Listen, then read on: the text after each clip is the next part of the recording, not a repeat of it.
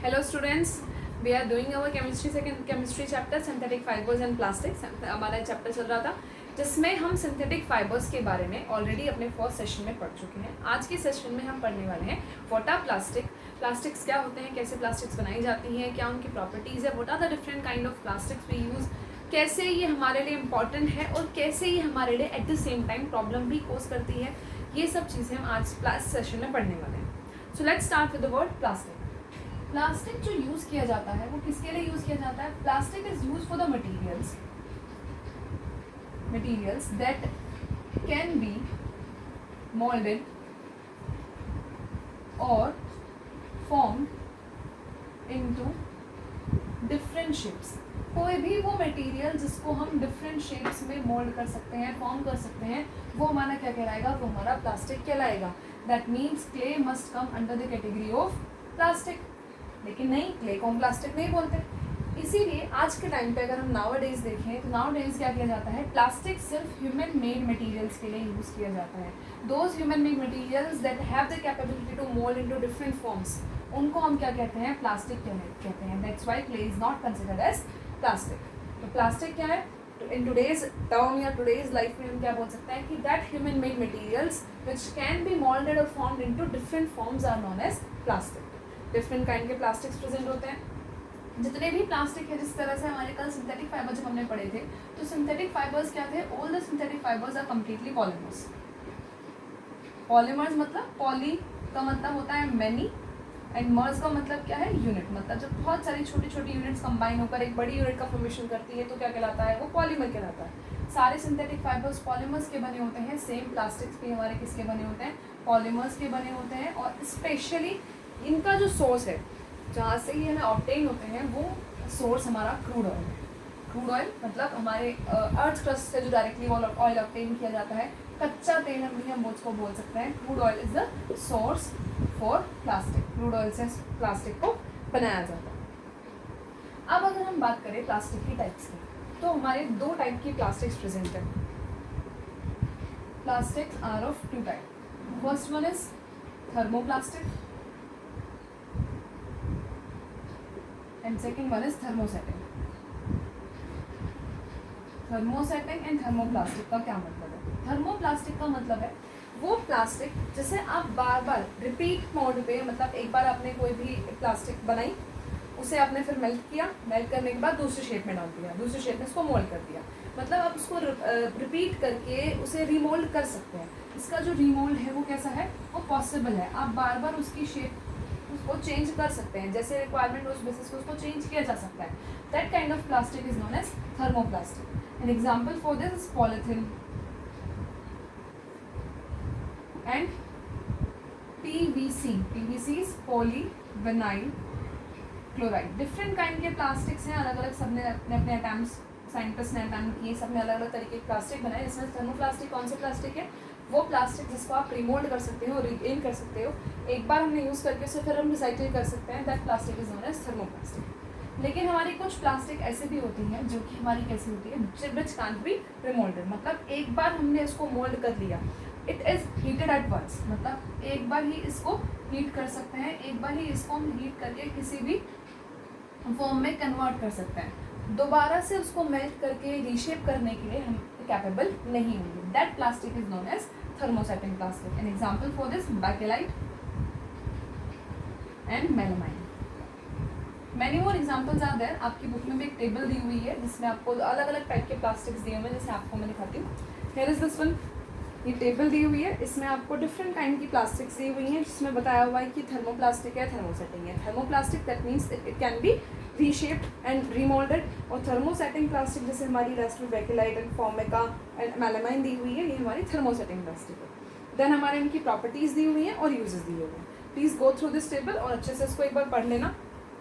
Next हमारी proper अब आती है बात. This is all about the kinds. कि थर्मोप्लास्टिक है, हमारे थर्मोसेटिंग है. Thermoplastic that can be remoulded and thermosetting that can not be remoulded. Next हमारी चीज़ आती है प्रॉपर्टीज़ ऑफ प्लास्टिक. प्लास्टिक की ऐसी क्या प्रॉपर्टीज़ होती हैं जो कि उसे बाकी सब सब्सटेंस से डिफरेंट बनाती है. हमारी आज की लाइफ में अगर हम देखें तो हर एक मटेरियल जो हम यूज़ कर रहे हैं वो कहीं ना कहीं प्लास्टिक से रिलेटेड है.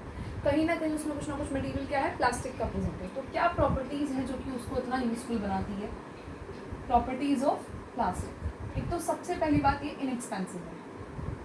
इनएक्सपेंसिव मतलब ज़्यादा महंगा नहीं होता, हमारे एक्सपेंस चीपर भी बोल सकते हैं इसको सिंपली। सेकेंडली हमारा कैसा होता है, लाइट वेट होता है। लाइट वेट है बट स्टिल स्ट्रॉन्ग है, बट स्ट्रॉन्ग, लाइट वेट होने के बावजूद भी कैसा है, स्ट्रॉन्ग है।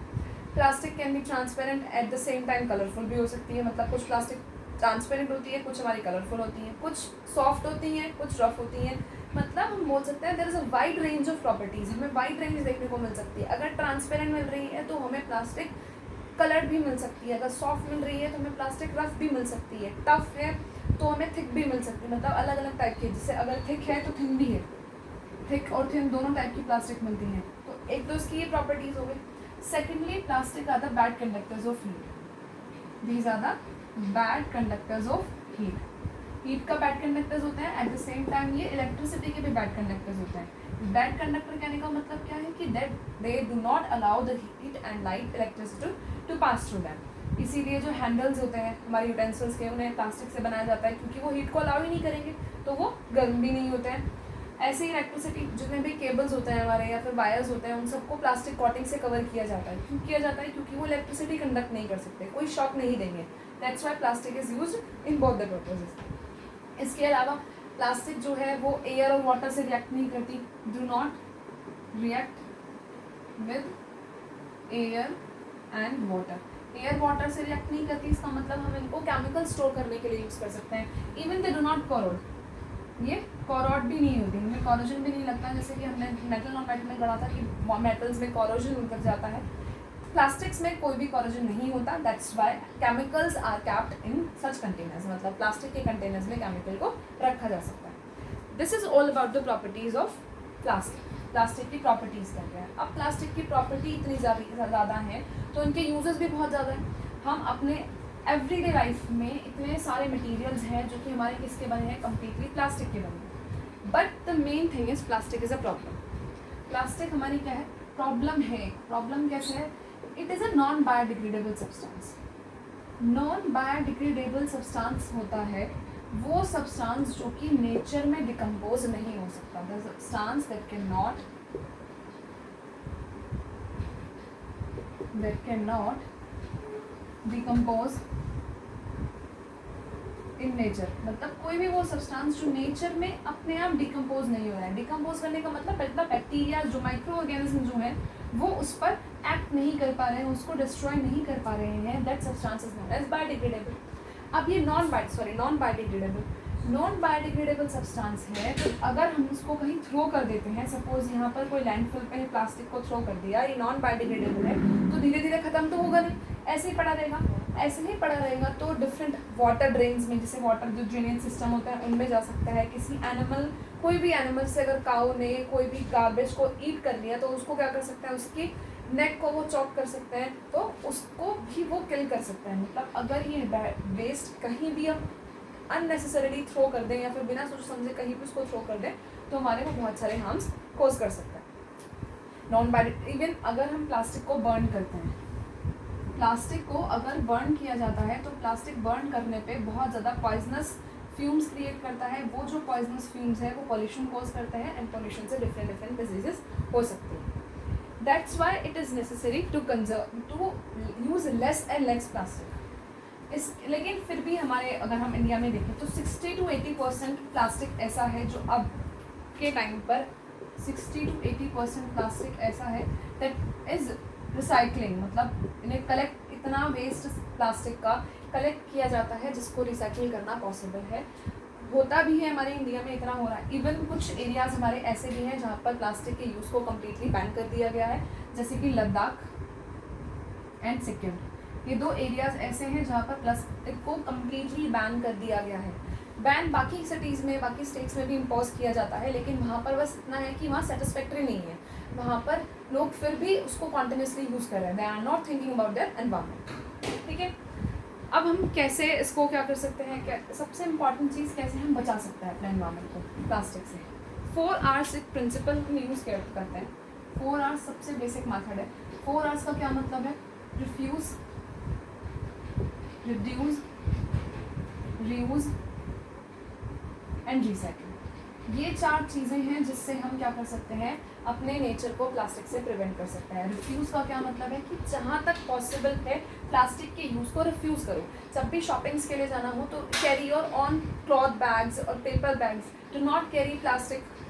शॉपिंग में जो जितने भी मटीरियल्स हम बाय करते हैं, मेक श्योर कि वो प्लास्टिक से कम बने।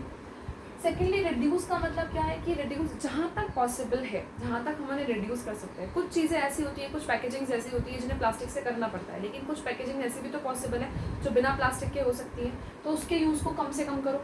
रिफ्यूज़ करना, मना करना, रिड्यूस मतलब जितना हो सके उतना कम से कम करो। रीयूज़ मतलब कोई भी सब्सटेंस, अगर कोई भी मटेरियल हमारा प्लास्टिक का है जिसे हम यूज़ कर सकते हैं, जैसे आजकल waste of out of waste का बहुत अच्छा ट्रेंड चलता है।